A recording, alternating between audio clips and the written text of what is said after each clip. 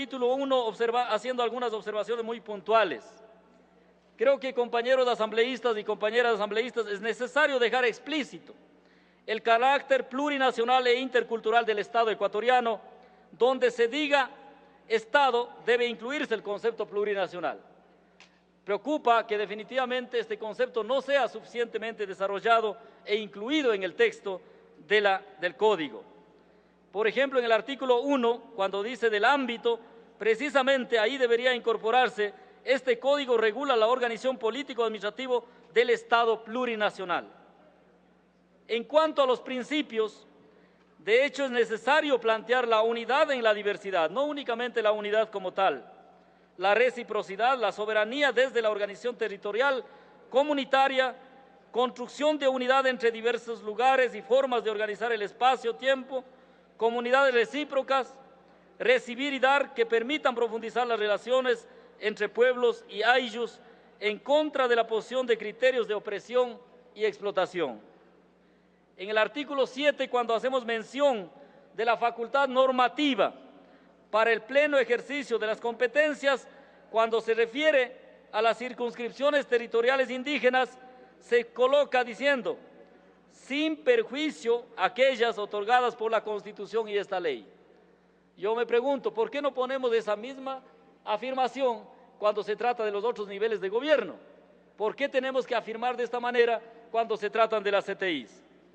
En lugar de decir esto, deberíamos decir: además, los estipulados en los derechos colectivos, los tratados internacionales y demás normas consuetudinarias. En lo que respecta al artículo 9, facultad ejecutiva, se da la facultad ejecutiva a los distintos niveles de gobierno y se deja de lado a la autoridad ancestral de las circunscripciones territoriales. El título 2, en cuanto a la organización del territorio. De hecho, nosotros somos herederos de una herencia colonial que nos ha impuesto la forma de organizar el territorio. La organización del territorio debe dar cuenta del carácter plurinacional e intercultural del Estado y no estar sometida únicamente a las formas coloniales. Recuerde que con esta forma de organizar el territorio no hemos superado la propuesta colonial de parroquias, incluso seguimos usando el concepto de parroquias, que es una herencia colonial y religiosa, y no hemos superado en cuanto a nomenclatura y organización. Por ejemplo, aquí en Abya-Yala ya teníamos formas dinámicas y amplias de organizar el territorio, como el Tahuantinsuyo, por ejemplo, o sea, los 4 estados o las 4 naciones. Pero nosotros hemos visto que en este código no se hacen esfuerzos para pasar del estado colonial al estado intercultural. ¿Verdad, compañeros? Quisiera pedir un poco de atención a los compañeros asambleístas, porque supone que estamos en un debate para poderlo confrontar los distintos puntos de vista. En este sentido, creemos que, habiendo en Abya-Yala una experiencia milenaria de construir y organizar el territorio, como el Tahuantinsuyo, por ejemplo, creemos que todavía nosotros nos hemos quedado rezagados en la forma colonial de organizar. Las CTIs deben superar la delimitación colonial y modificar hasta las nomenclaturas neocoloniales de parroquia, cantón, provincia y región. Debe partir de los gobiernos comunitarios, desde los pueblos hasta las nacionalidades. Es decir, no podemos organizar CTIs con la limitación de las parroquias, cantones y provincias, porque estos fueran formas coloniales de imponer la organización territorial. También deben desarrollar las CTIs los grandes poblados urbanos.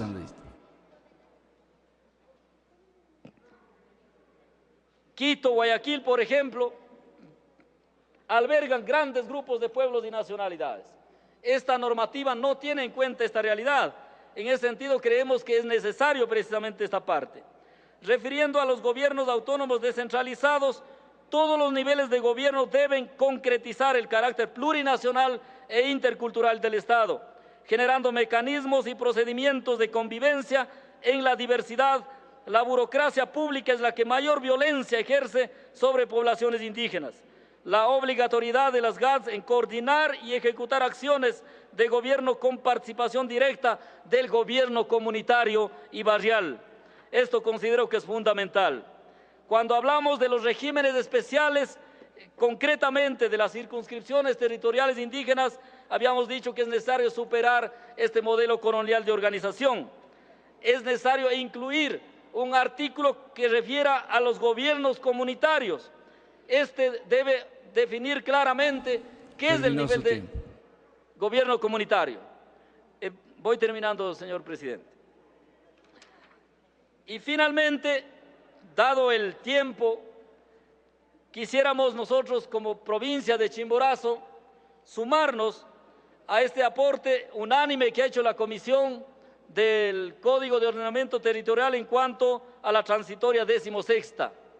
Y creemos no más bien como un favor ni como una caridad, sino como un derecho legítimo que corresponde a los pueblos que hemos sido guardianes de las cuencas, de las vertientes del agua y también garantes de la soberanía alimentaria. En ese sentido nos preguntamos, ¿quién no ha comido las papas de Chimborazo? ¿Quién no ha comido las papas, las habas, los mellocos? Consecuentemente, el cuidado de las vertientes, la garantía de la soberanía alimentaria son elementos fundamentales para reiterar nuestro apoyo, nuestra adhesión firme en respecto a la inclusión de Chimborazo en la transitoria 16ª.